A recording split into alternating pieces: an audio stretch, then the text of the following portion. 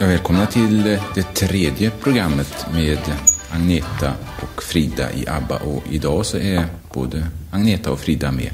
Och jag har lyssnat till en låt som heter Mamma Mia och den känner alla igen. Vad tycker ni om den musiken? Vad tycker du, Frida? Om just Mamma Mia menar du? Ja, jag tycker att det är en bra låt. När vi började spela in ABBA-LPn så, eller när vi hade gjort ungefär den nästan klar, så var väl Mamma Mia en av mina favoriter på LPn. För jag tror den är lite annorlunda, den är inte som alla andra låtar. Det låter bra om den helt enkelt, tycker jag. Varför tror du att många tycker om Mamma Mia?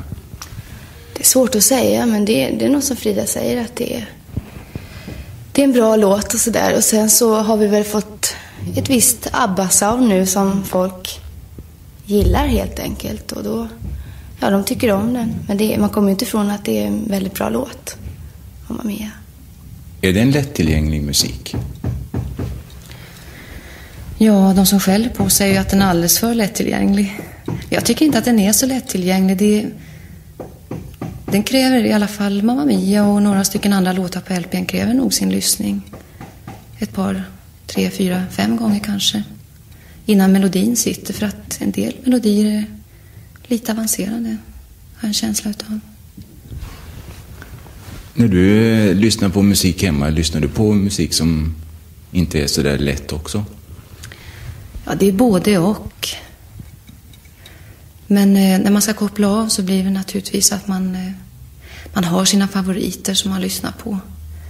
Och det är klart att de varierar, för det kommer in nya favoriter och det ändras, musiksmaken ändras ju hela tiden också. Men som jag sa igår när vi pratade, att jag gillar soul väldigt mycket. Och det är väl det jag lyssnar på mest nu. Kan du ge något exempel? Ja, Rufus som jag nämnde igår, och till exempel Herbie Hancock. Vi kan väl lyssna på en låt som han har gjort i sin tappning, och det är Watermelon Man. Det är en melodi som jag har hört i många år i olika inspelningar. Och jag tycker om den här inspelningen därför att den är lite udda, den är ganska speciell, och det ska väl alla få höra som lyssnar på den.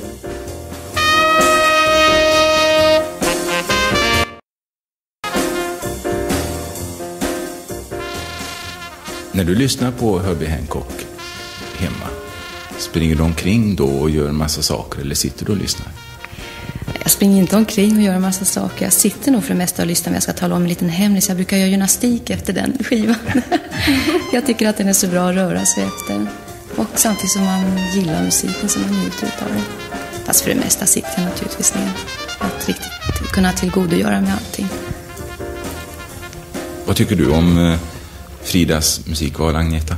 Om det tycker jag inte.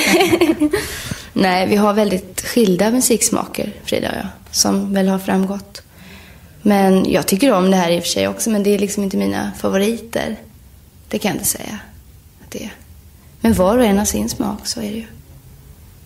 Vad tycker du om då? Du har berättat om det i måndags, men vi kan ju ta några andra namn kanske.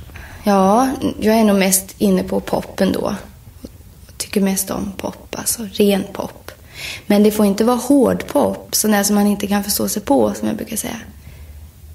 Det tycker jag är lite för svårt för min smak att smälta.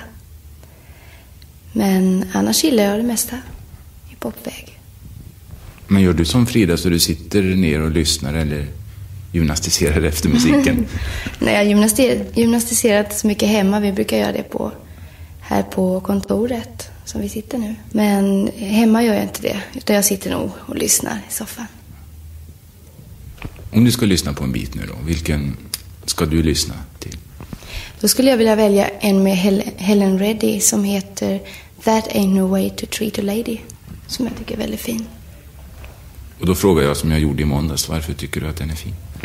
Den är väldigt udda, tycker jag. Tycker framförallt att det är en väldigt bra låt. Och sen Helen Reddy är en väldigt fin sångerska. Tycker att det är väldigt svårt att säga varför man fastnar sådär. Men jag hörde den låten första gången när vi var i Staterna. Och jag tyckte den var jättebra. Så den vill jag gärna höra. I guess it was yourself you were involved with. I would have sworn it was me.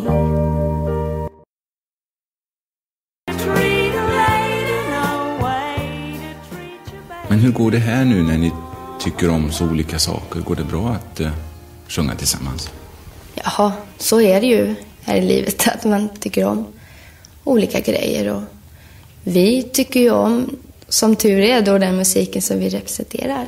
Både Frida och jag väldigt mycket. Och det är ju viktigt när man ska samarbeta. Men sen tycker du, vid sidan om ert arbete, så tycker du om popmusik då? Oh ja, det är sant. Och Frida, du tycker inte så mycket om popmusik, eller? Ja, det beror på vad man menar med pop. Jag tycker ju att det jag lyssnar på är pop-soul. Men jag vet inte. Jag tycker nog bättre om den lite tyngre musiken. Det är väl där våra uppfattningar går isär. Eller våra smak går isär, rättare sagt. Och så tycker du om klassisk musik och soulmusik? Tycker om soulmusik. Den ger mig någonting alldeles extra, en liten kick kan man säga. Men det gör ju även klassiskt, och den tycker jag är väldigt skön att lyssna på när man känner sig lite ledsen eller lite vemodig eller vad du vill. Och bara sätta sig ner och sätta på sig hörlurarna och försvinna långt bort. Eller långt in i musiken, rättare sagt. Den lugnar mig väldigt mycket. Använder du musiken så också ibland? Nej, jag har inte tid.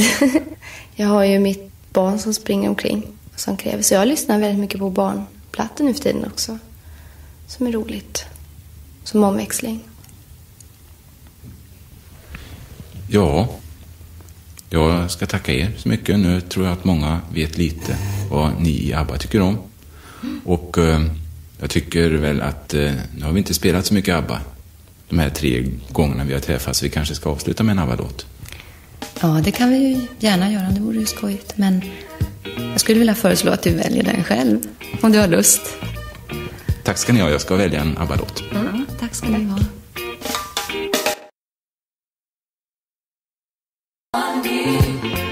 Happy and sad.